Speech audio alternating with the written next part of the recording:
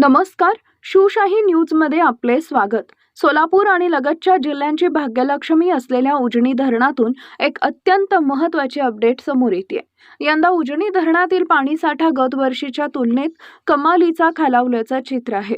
आज दिनांक 15 जुलै रोजी सकाळी 6 वाजेपर्यंतच्या अधिकृत आकडेवारीनुसार उजनी धरणाची पाणी पातळी 494.460 मीटरवर पोहोचली असून धरणात सध्या 52.58% जिवंत पाणीसाठा उपलब्ध आहे.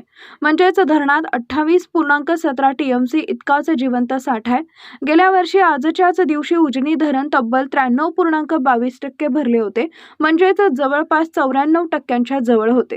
मात्र यंदा पावसानं ओढ दिल्यामुळे गतवर्षीच्या तुलनेत यंदा धरण तब्बल 41% रिकामी आहे.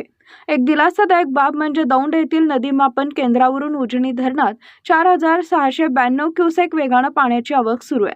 धरण क्षेत्रात आज पाऊस नसला तरी एकूण संचित पाऊस 88 मिलीमीटर नोंदवला गेलाय. पाण्याचा अपव्यय टाळण्यासाठी सध्या धरणाच्या मुख्य कालव्यासह बोगदा, सीना माढा आणि दहिगाव उपसा सिंचन योजनेतून होणारा विसर्ग पूर्णपणे बंद ठेवण्यात आला आहे. आवक सुरू असली तरी गतवर्षीच्या तुलनेत धरणाची स्थिती चिंताजनक आहे. त्यामुळे येत्या काळात जोरदार पावसाची प्रतीक्षा कायम आहे.